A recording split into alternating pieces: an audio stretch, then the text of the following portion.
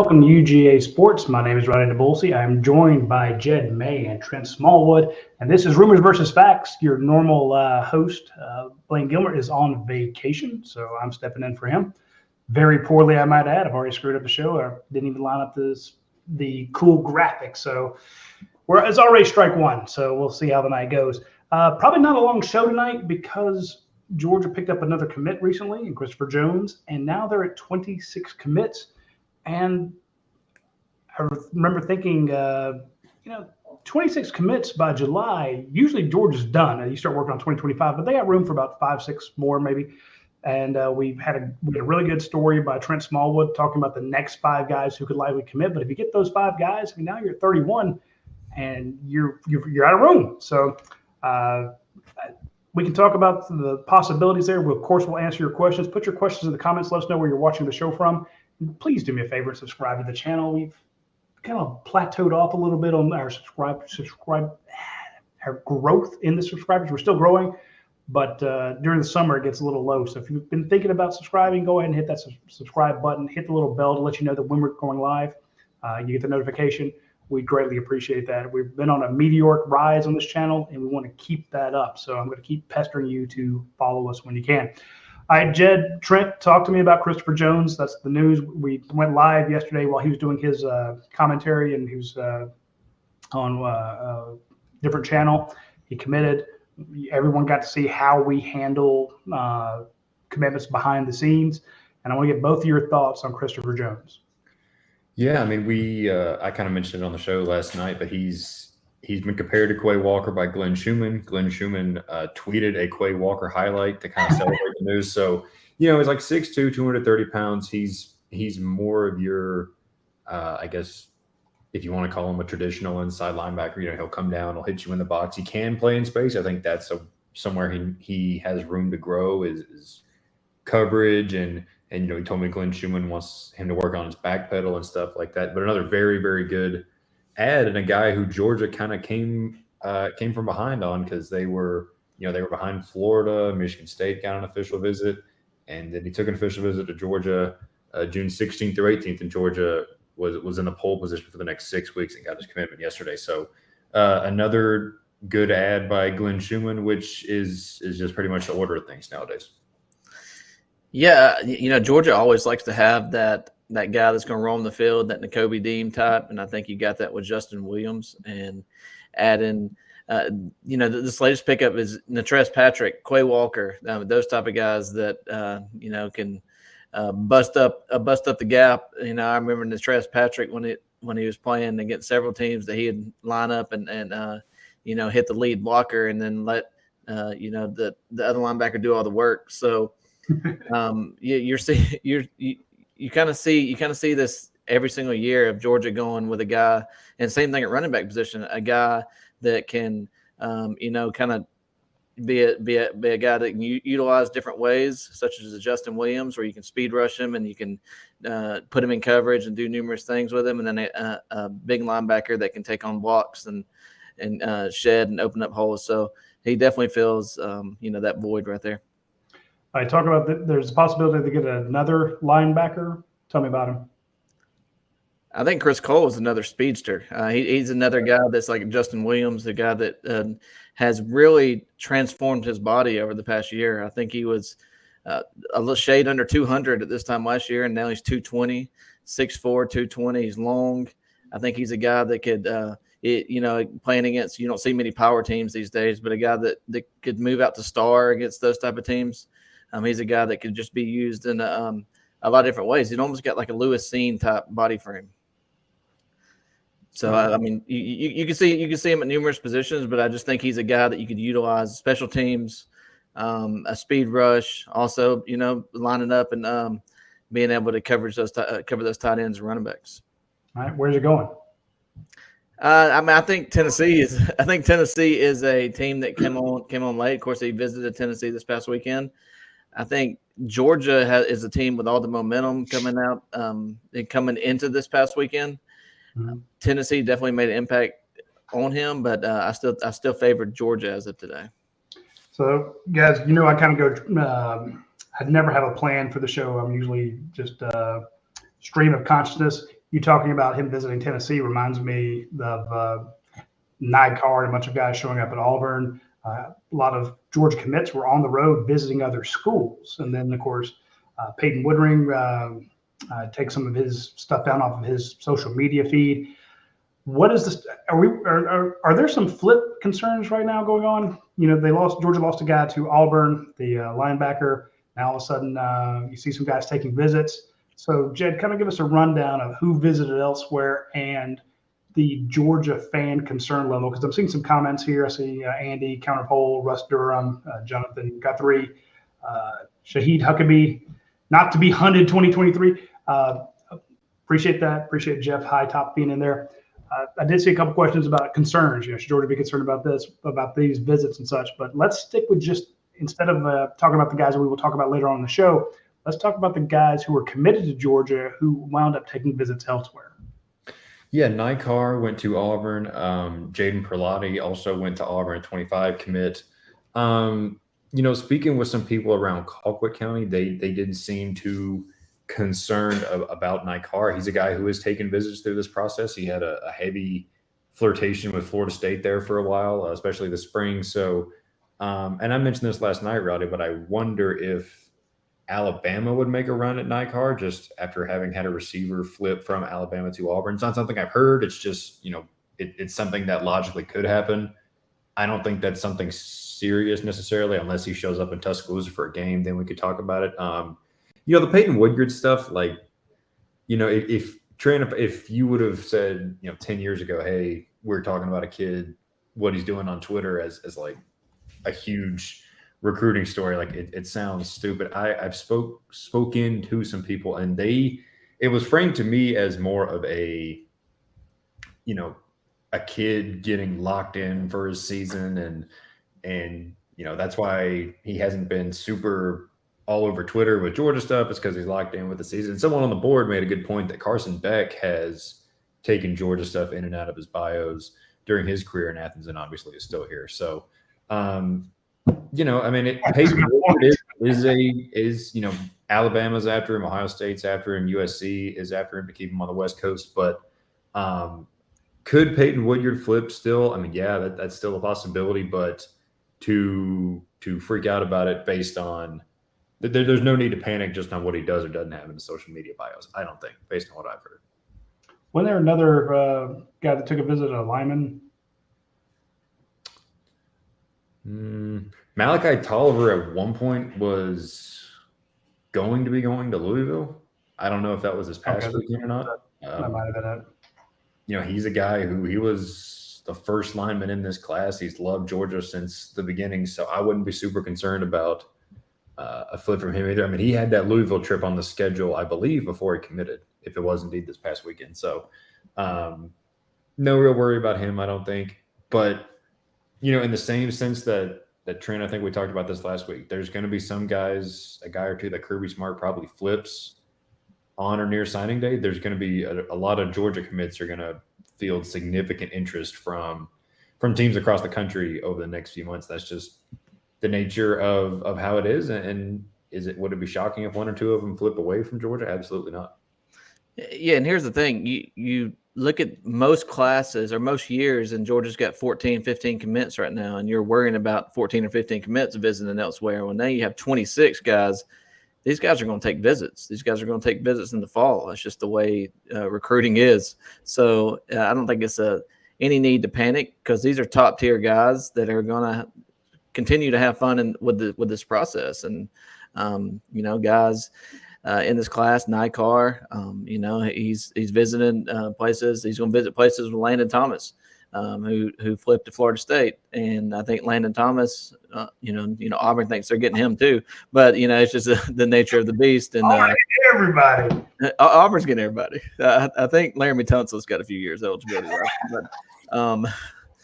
But yeah, I think it's just the nature of the beast. If KJ Bolden commits to Georgia on August 5th, fans are going to stress about him until December. It's just what's going to happen, because he's going to take visits. Yeah. No, and here's the thing, folks. When you were getting, and I don't want to crap on Mark Richt, because good coach, good man. And he brought in some good classes, but he didn't bring in classes that were, had 3,000 points by July. And hell, even Kirby's first few years, remember, you guys saw it would be July and everybody's freaking out because, to your point, there would only be like 12 commits or 8 commits. And everyone's like, what the hell is going on, Kirby? And it became a meme on the board. Guys, it's only June, it's only July. And then, you get 1 or 2 in August before the season started. You get 1 or 2 throughout the season. Then right as the season ended, you got 3 or 4. Then as those December ones would pop, a couple would pop in January, and then he'd flip 1 or 2 guys right around February or have one big announcement. Then all of a sudden he's got the number one class. That's how he did it. Now with the schedule moved up, he's just getting them in early. But to your point, Trent, when you're getting those top players, they are still being recruited heavily by the best teams in the country. Right now, Georgia is the best team, but Alabama, Ohio State, they're going to go after them. Teams with really great NIL deals who are willing to give more to a freshman than Georgia is. So not to say that these kids are going to be like mercenaries, but it's, as Shaheed said, you want a free visit somewhere? Sure, I want a free visit. And I want to get all that red carpet treatment. It's just like Georgia's coaches. When Kirby Smart has top caliber coaches, well, they are going to be courted by other teams to be offensive coordinators, defensive coordinators, head coaches. So if you got the best coaches, you got the best players, they're going to come after you. And you'd be an idiot not to see what they had. Take that visit, take that trip, take that interview, and get the nice meals and get them waiting on you hand and foot. Absolutely. So Jason Duke says, everyone's after everyone we want. Yeah, that's pretty much it. That's how it goes down. So let's turn it to, I like what Ryan Richardson says here. It's going to be an interesting week. This week's going to be really interesting. And if you look at the questions on the dog event, let me pull that up. I think everybody's asked about the same 3 guys, right? Yeah, it's all different iterations of the same question. There's not many guys to ask about. No, that's it. It'll be a short show, folks. We'll probably wrap this up in 13 minutes. There's just not that many guys to talk about. Let me pull this up here real quick. Let me take this down. Why is it not going up? No, well, never mind. The question we got from GOP UGA. Can you please just state that KJ Bolden's committed to Georgia as a fact? I don't know that we can do that, but guys, let's talk about KJ Bolden. Yeah. I mean, I could state that it's a fact, but that would just be a guess. Like, it's nobody. Like, I don't think anybody knows. He's like Williams Nwaneri. I don't think anybody has a firm grasp on what's going to happen. KJ is committing Saturday evening. I want to say it's like 7 o'clock. Georgia he was considered a heavy Georgia lean for a long time. Ohio State closed the gap this summer. Florida State has gotten into this thing heavy. Auburn, like you mentioned, Roddy, he was at Auburn over the weekend. So all of us, like all those teams are in it, and it wouldn't really shock me at all if he went to any of the 4 of them. Auburn is coming hard at him. Florida State is, he's said it in interviews. Florida State was his dream school since he was a kid. He's a Florida State fan. So there's that angle. I think with Georgia, what you've got going for you, it's close to home, obviously. The development, whatever. But Kirby Smart has taken such a personal approach to this recruitment for years. I mean, KJ said, I've been to Georgia a bunch of times. Every time I've had a one-on-one meeting with Kirby Smart. When you've got Kirby Smart recruiting you that hard as a defensive back, which KJ projects to play safety in college, that's huge. And he told us at a high school media day last week, I don't have a relationship with any other head coach like the one I have with Kirby Smart. So if he commits to Georgia, that'll be the reason why. But, it's not a done deal to Georgia or to anywhere right now, I don't think. Yeah, we have a good let's recap the stuff that we had at ujsports.com. If you're not a member, you should be. It's 27 cents a day. Or use promo code UGA30 and get a free 30 days to check out the dog event where we talk football. Check out the vault where we have all the recruiting stuff. And if you go to the vault right now, you'll see there we have quotes from KJ Bolden after visiting Auburn. Adam Gordon had a very interesting quote. I think that thread's 3 pages long about him talking about what he said after visiting Auburn. Our man John Garcia, a huge addition to the Rivals Network, had a really great story today, catching up with KJ Bolden, asking him where do you stand now, what's going on. Some very interesting comments there. That's actually a free story. You can check it on the front page of UGAsports.com. So that one you can just go read for free. And of course, we had the war room, the giant war room, in which he pointed out some of this stuff. Don't give away too much of it, but I changed my prediction there. I went on last week when I came back from my vacation, and one of the first tidbits of news I got leaving the airport was, hey, Bolden's going to Ohio State. Georgia's just out of it when it comes to the whole NIL deal. And what that means is that Georgia has, when they're, the coach can't set it up, the Classic City Collective can. The coach can kind of say, look, this is what I prefer. And Kirby doesn't want kids coming in here getting $300,000, $400,000, $800,000 as a true freshman who's never played a down, and a center like Cedric Van Pran, who's the leader of your offense. That whole thing wasn't in place when he signed, and now all of a sudden, let's say he only has like $150,000 worth of NIL. It can lead to some problems in the locker room. If you're like, hey, I'm getting paid 8 times what you're getting paid, dude, I don't have to listen to you. We saw this at Texas A&M, allegedly. And Kirby's like, look, let's try to bring our freshmen all in on the same plane. And as the NIL grows, we get everybody this really good deals. But we also have a war fund for guys who might be going pro, an incentive to stick around. Starters who bloomed later. Let's take care of those guys. Let's keep more of our money for guys who've proven it. There are other schools.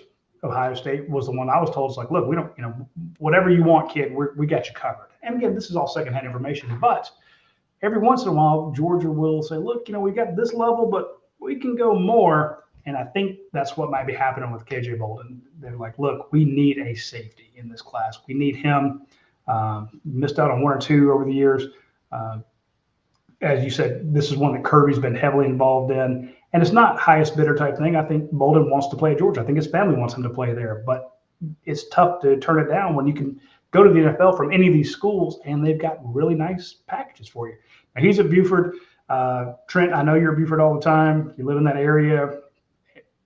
How much is the whole – what are you hearing about this? Because I think when you went in through your comments into the War Room thread on the vault, a lot of people were excited to hear that. And, of course, we won't give away everything we've had. We don't want to mess up our subscribers of UGA Sports, that they are special people. We don't want to give away all their insider information. But kind of give us your thoughts on this. And if you would, specifically address the Buford angle. I think the Buford angle is a serious issue because I think there's a lot of pro other schools other than Georgia in that school, and I think it's went down a lot over the years. I think it was a lot worse probably 8 to 10 years ago, but I think it's still a problem.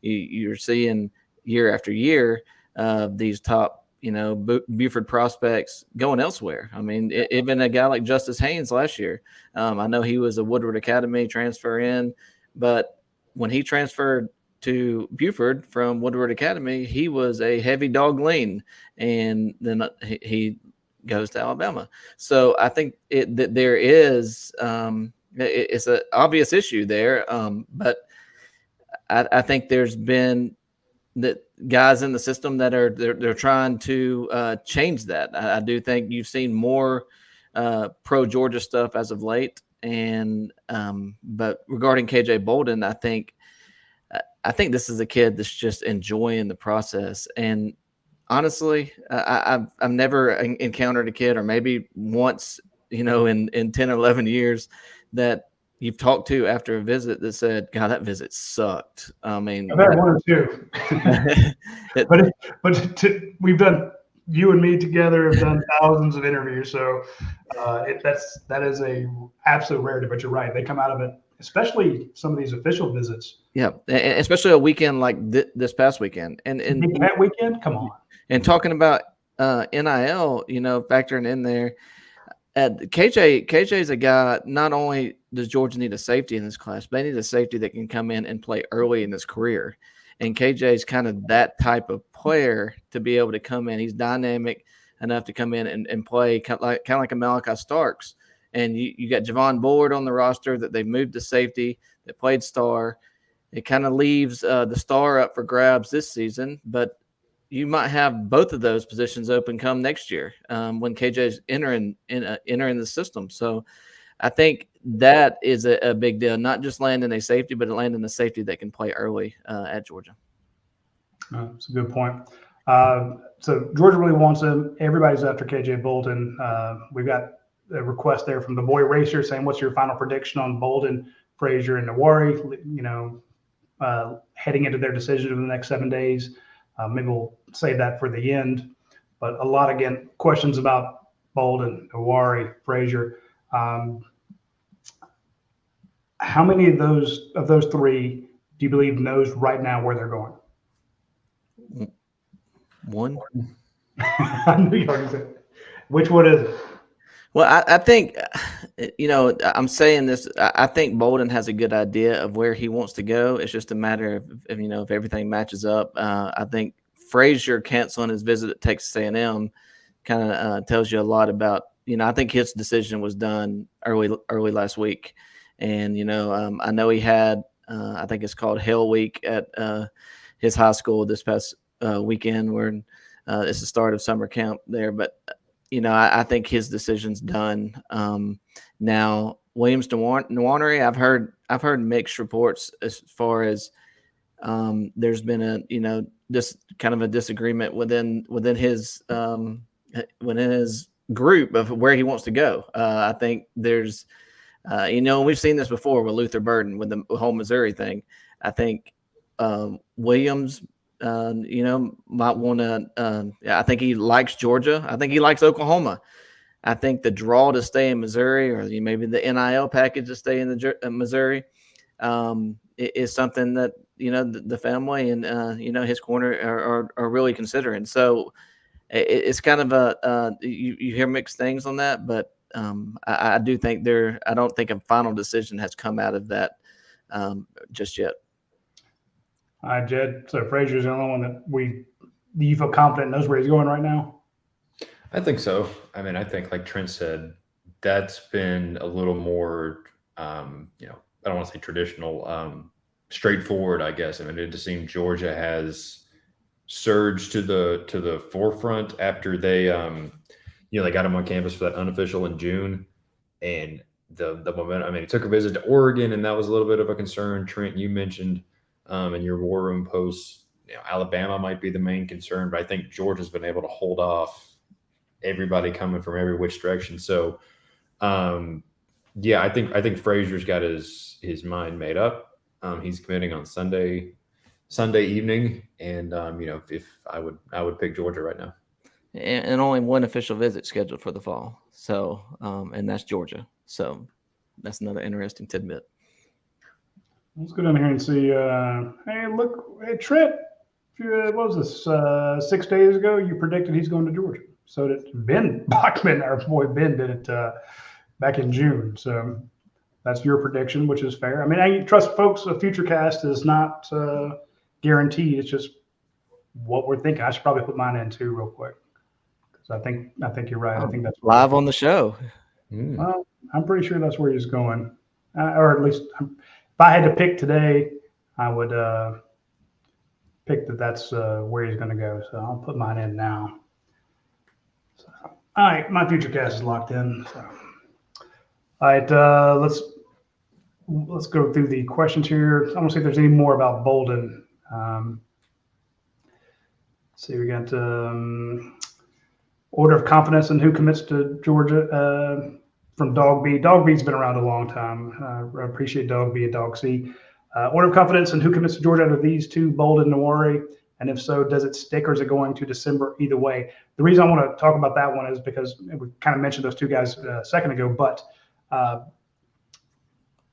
if you had to pick, KJ Bolden or Williams Nawari, which one do you think comes to Georgia first? Confidence. And again, does it stick? I think you made a good point there earlier. Yeah, August 5th, KJ Bolden decides, but that one is going to go hammer and tongs until signing day. Yeah, and I think Williams Nwaneri will too, because That's a good point. Yeah. People have floated, Oklahoma, Missouri, two other schools involved. Say he commits to Missouri, and if Missouri's not good, or worse yet for them, the coaching staff is replaced, that obviously throws open a whole new can of worms. And, so both of those guys, I think, aren't going to be over until they sign. KJ had that quote in that, I think it was John Garcia's story. When I commit, I want to shut my recruitment down, but I'm going to have my ears open too. So I'm just laughing, but I know what he's saying. I know what he's saying. Just yeah, the way he said it, it's made me laugh. So it'll like you said, it's not going to be official until December, whatever signing day is, 18th or 20th or whatever. So I think if Williams Nwaneri picks Missouri, he has a better chance of sticking than if he picks Georgia or Oklahoma. And I think that could be shaky come December. So kind of the Luther Burden effect? I think so. So now that makes perfect sense. If you're committed to a school out of state, I could see it being a little shakier than if you're committed to a school in state. By the same token, if KJ Bolden picks Georgia and he's still getting tons of recruitment from Ohio State, FSU, Auburn, does he stick with Georgia? Does in other words, if he committed to Georgia, would that make him more likely to stick versus committing to one of those others? And how effective Kirby's been at flipping guys that he wants. I think so because you got Dylan Rawl at the school now. They've become close. Yeah. I think if he picks Georgia, there's a better chance of him sticking because I do think if he chose elsewhere, to go along with the seasons that school might have, I think Georgia would be right there in the thick of it to the end for Bolden. So I think he has a better chance sticking at Georgia than he would at the other schools. All right, good stuff. All right, let's go with Rome, Georgia dog. Rome, Georgia, one of my favorite cities because my wife went to school up there. So if I don't say that, she will whip my ass. Between McCray, Nwaneri, and Breland, rank in order of most likely to sign with Georgia. First, tell us who they are, and then rank them in order of most likely to sign with the Dogs. Yeah, LJ McCray, is defensive end edge type out of Florida. He was kind of the headline visitor of the cookout weekend over this past weekend. Georgia fighting with Florida State, Miami, basically Florida schools and also Georgia. And that one, Williams Nwaneri, we talked about, and Aiden Breland, high school teammates with Nate Frazier at Mater Dei out there. Georgia and Oregon are kind of fighting for him.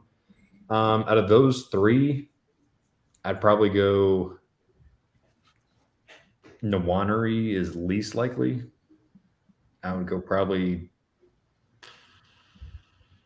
Breland most likely and McCray behind because Trent, you and I both heard, reason for confidence for Georgia with the Breland one over the last week or two. Yeah, that's the exact order I would have them in. I would have them in Breland, McCray, then Nwaneri. I just think Georgia is battling basically one team for McCray in Florida. Georgia's basically battling one team and Breland with Oregon. I think the others just there's too many schools involved with only a week to go before he commits. So that's the order I would put it in. And Breland, if Nate Frazier does commit, he's got that in his back pocket as well. It's also Aiden Breland talks with Justin Green a good bit at Mountain View. So that's a UGA commit talking to a UGA target right there. And you also have a future cast in for him that you put in a few days ago. And how confident are you in that? I am, really confident going. He's another one that was expected to visit. Miami is another school that's in kind of in the mix for him. He canceled both his Texas A&M and Miami visits this past week. They had the camp at school, but he was, expected on those campuses. I feel really good about Breland, probably slightly, right behind Frazier. Okay. Let's go with the question from Riser. It says, UJ is no stranger to recruiting pairs or triumvirates of running backs. Oftentimes, those guys turn out to be great friends like Nick and Sony or Marshall and Gurley. Do our two current and one potential 2024 running backs currently have a relationship? Have they talked about playing together and getting to know one another? So, how tight are the Georgia running back commits? So I actually asked Dwight Phillips about this the other day. I was like, "Hey, what was it like recruiting Chauncey Bowens?" He's like, "Actually, I haven't talked with him that much."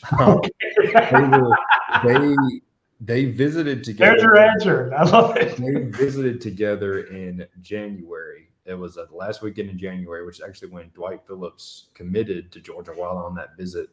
And Dwight told me, he felt that Georgia was in a good position with Chauncey Bowens on that visit. Chauncey at the time was still committed to Florida. So, the recruits have a group text. They know each other. They're familiar with each other, but, not super tight. Now, Nate Frazier was in Athens with Chauncey Bowens on his official visit. Nate's was unofficial. And, we've all seen that video of Chauncey Bowens, and he grabs the mic during the photo shoot and says, "I'm committed to Georgia." But we heard a lot over that weekend that Nate Frazier might have also done the whole silent commit game. It came out that wasn't necessarily the case, but I think Nate and Chauncey have more of a relationship than maybe Dwight Phillips and Chauncey Bowens.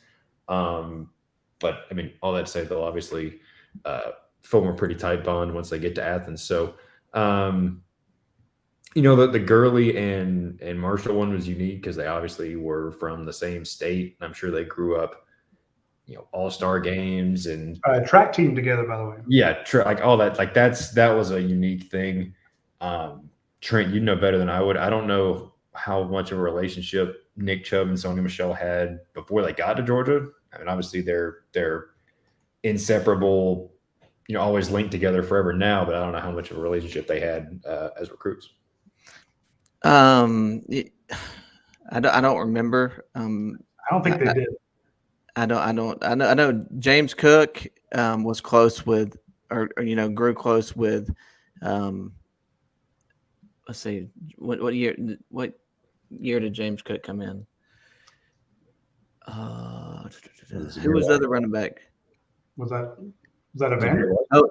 Zamir White. Yeah, goddamn.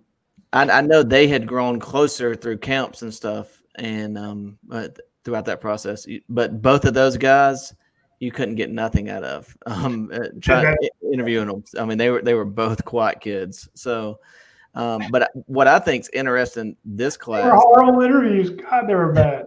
They were bad. You were being polite, but let's call them what they were. They were shit interviews. I love them both to death. They're both great kids. I remember being up in Indianapolis and interviewing James Cook, and it was like, God, ready to be like, I'm not going to give you anything, dude. But the thing is, you could go sit next to him while he was sitting on the sidelines in the indoor facility up there in Indianapolis. He'd talk to you a lot more. But once he had the mic in front of him, he was like, "No." He just clam up. Hey, Nick Chubb's the same way though. Yeah. So Nick and Sony, Sony was very gregarious, but Nick did not like the spotlight at all. So I didn't. They just got thrown in as roommates and became best friends. Well, we talk about the 26 commits a good bit, and what many don't realize is 26 commits from 13 different states, Really? Which is pretty remarkable. You got Texas and California, you got Georgia, you got Florida, then you got North Carolina, you got New York, you got New Jersey, you got Iowa, you got Indiana, Missouri, Illinois, Virginia. Two from New Jersey. That just blows my mind. And it's states, to build on that, it's not even states that are football powers. It's like you said, it's Illinois, it's Indiana. You've got Iowa. Yeah, Ellis Robinson and Nair Daniels from New Jersey, which they play good football in New Jersey, but still. Connecticut. Is there football in Connecticut? They got Marcus Harrison from I believe upstate New York. So it's strange to see, just like all the different states represented in this thing. The last two guys Georgia's got from New York, they have been massive human beings. I don't know what they're doing up there, but Isaiah Wilson and others, I don't know what the combined height and weight on those two guys are, but it's massive. To your point, I'm looking That is, I'm no genius here. 1, 2, 3, 4, 5, 6. There are 9 guys from Georgia out of that 26. Well, 8 really, because Raiola's from California. Arizona. Or Arizona. Which Arizona would add a 14th state. So Yeah.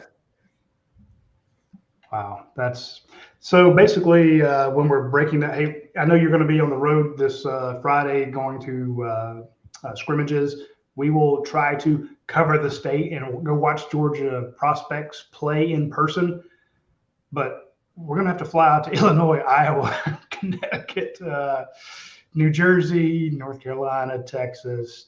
You know, we don't. We need to raise our prices because we can't afford all those flights. So. I mean, very well could have two guys from Virginia if Chris Cole picks Georgia. So that would be another one in Virginia. And then Williams-Dewanery would add Missouri. Add another state to the list. Well, they have Scott Miles. Come on, man. They have Jaden Riddell already from Missouri. Oh yeah, that's right. Hey, share your Sky Miles with UJ Sports, or maybe we'll do a GoFundMe or something. Speaking of Chris Cole, we talked about him earlier in the show. OEJ on the Vault has a question about him. If you guys, real quick, in case OEJ wasn't tuned in earlier, what are your thoughts on Chris Cole as a prospect, and what is your final prediction that players you feel will finish with? We kind of did that one already, OEJ, but guys, real quick on your thoughts on Chris Cole, just a recap of what you said earlier. I think Chris Cole's really good. Trent mentioned he's added about 30 pounds over the past year or so. So now he's at like that 220 mark, but he's still got the athleticism, the versatility to kind of play all over the place. He's more of he's probably maybe a better athlete, a pure athlete than maybe a Christopher Jones is. He reminds me a lot of like Adam Anderson when he came in. He's probably underweight to play edge, but is going to have to, pack his lunch to play inside linebacker. But it's just too good of an athlete to turn down. I mean, when I talked to him over the summer, he said, actually, this was in the spring when he got offered. He said that Kirby Smart told him his ability is limitless. So that's one of the quotes that sticks in my head from this entire cycle. And at the time, Chris Cole, I mean, he's the 140th. At the time, he was a 3-star recruit. Georgia offered him like that day, and he's obviously blown up since. But it was Kirby Smart is that Roddy. We talked about this last night. How the rankings don't necessarily match the coaches' boards. Georgia saw a lot in this kid and has been pursuing him hard for probably 4 or 5 months now. Yeah, when they bring him into camp, and they will put them through a grinder. It's like, okay, and you basically work the kid out to exhaustion, and then you push him. So you basically take out all his energy and then see how much he can do after he's exhausted. And if you impress the coaches there, they're going to make you an offer, and they're going to go after you. And that's something that in our camps, you don't see it on film very often, especially these really elite guys. They just destroy their high school competition. They burn right through them. You guys covered Adam Anderson. I mean, who blocked him? Who blocked Trayvon Walker? Who could cover Chris Conley? They just kill what they do. Then you get them in a Rivals camp or a Nike camp or an Under Armour camp. Those guys are doing a lot of reps, but they're not being pushed like they are at the UGA camp. So we don't get to do what the coaches get to against very good competition, wear these guys out. And so their evaluations are always going to be a little varied from what ours are. So if Georgia wants Chris Cole, there's definitely something there to him, especially, hey, it's one of the top 150 players out of 3 million in the country. So if Georgia can get him, get him. All right, UGA Bows is funny bump. I like that. And Team Line Drive 02 says, what is the truth about what is known about Bolden? So let's get back to KJ Bolden real quick here. And then we'll follow it up with a question from Clock 11. Both of you give me one truth that you know about KJ Bolden that people can say, look, we don't know where he's going. We don't know this, but we do know at least these 2 facts. So each of you give me one. It came from him himself. Kirby Smart has got the best head coach relationship with him out of anybody, out of Mike Norvell, out of Hugh Freeze, out of Ryan Day. Kirby Smart's got the best head coach relationship with KJ Bolden. It's straight from his mouth. Yeah, and his parents favor Georgia. They've kind of let him know that that they've given their will for them to go to Georgia. I'm not sure that the other schools have gotten that. My fact that I heard this week would be this kid might be one of the few exceptions Georgia makes when it comes to like an NIL program. Now, again, Kirby can't set that up. The coaches can't do that. That all goes through the Classic City Collective, but the collectives are able to not exactly, coordinate with the coaches. They can't use that as an induction to get a kid to come. Andy Stowe was asking about this earlier. The coaches can't say that, but they can say, hey, you've got this many people who are trying to get a kid to be the face of their company, and be it an ad or something like that. Try to put together a package for it, because a lot of the people go to the Classic City Collective and say, look, I don't know who I want, but I want someone to advertise my real estate business. I want someone to advertise my bank, my law firm, my car sales, my car dealership, my septic tank cleaning system, whatever it is. And they say, okay, well, we got some kids coming in. And so they show them what is the potential out there. And Kirby can say, look, don't put $600,000 into one kid, try to spread it out. So that's how Kirby can set his preferences without setting policy and precedent, which you're not allowed to do, or set policy, which you're not allowed to do, because then it can be considered an inducement. So for folks I know it's kind of confusing. It is the Wild West, and it's a lot of stuff that they'll say, you can't do this, you can't do that. Who the hell's policing it right now? We don't see that anywhere. But I will say that if anybody could break the mold right now, it would be KJ Bolden, because I think Georgia really wants him. You saw I thought you brought up Justice Hayes, right? How long did they go after Justice Hayes? How long did they go after Caleb Downs? There's so many guys that they went, who's the other runner? Was it Zach Evans they went after forever? Donovan. So many guys that they fought tooth and nail for. And hell, they're probably still going after Jeremiah Smith for all I know, that you don't get them. And sometimes that, Kirby's like, look, if you can't if you're going to go somewhere else for more money, so be it. I'll get somebody else. But this is a kid they may say, look, I don't care what anybody else is offering. Come here. All right. Jed, I know you're going to be up late. You want to tell everybody why? Yeah. So August 1st is the day where coaches, staffers, whatever, can directly contact 2025 recruits. That starts at midnight, and it's, as kids do, everyone takes to social media to say who's reaching out and all that kind of stuff. So I'll be up following who Georgia's reaching out to in about 2.5 hours.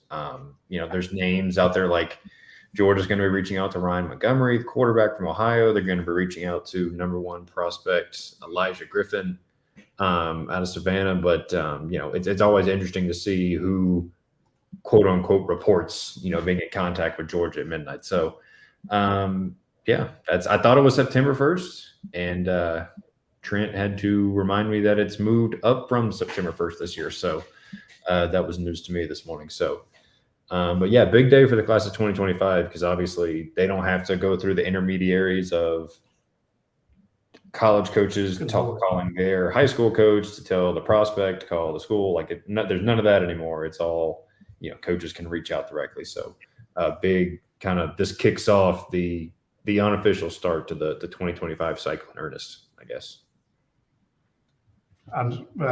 Folks are wondering what I'm scrolling through. This is the list. 2025 Georgia football offer list. These are the kids who have reported offers. So let's see, there's 1, 2, 3, 4, 5, 6, 7, 8, 9, 10, 11, 12, 13, 14, 15 running backs have been offered by Georgia. There's a Buford kid at the top.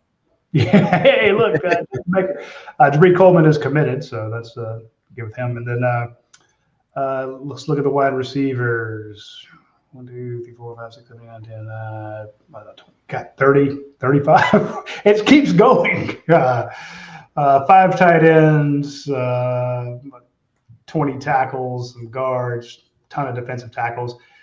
It's pretty easy. Just go to ujsports.com, click on recruiting, and you can click on offers. And you got to wonder, out of all these different guys, how many of them will hear from Georgia tonight. I'm sure a ton of them will hear from them tomorrow, but that's pretty extensive there. So it will be. And again, that just shows how the calendar has been advanced. So it's pretty tough. All right, one more question for tonight. Let's go to Clock 11. He says, provided Georgia doesn't get KJ Bolden, who do they look at as another option at safety in this class?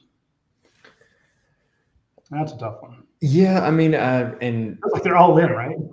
I've brought this up with you, Roddy. Like Cam Michael is a name we've talked about, and I think that would work out as Georgia might pursue Cam Michael harder, have him play corner, and then go full in on DeMello Jones, current commit, obviously playing safety or star. So, there's not a whole lot of names that spring to mind as saying, okay, well, let us pivot to this guy at safety.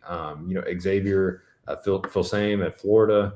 A Florida commit is a guy that Georgia had some interest in. They could ramp up pursuit of a flip for him. They could there's always the portal that they could look at maybe. But yeah, there's not a whole lot of Trent, unless I'm just totally blanking on somebody. There's not a whole lot of names that spring to mind as saying, hey, this is the next guy up if KJ Bolden goes somewhere else.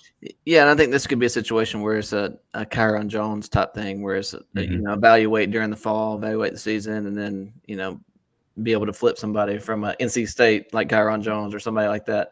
So I think that will, if Georgia's not able to land Bolden, I think it makes it that more important to keep, or to try to land Woodyard, and then maybe Cam Michael, or evaluate the position during the fall, and push for a late flip from somebody, maybe under the radar guy or something.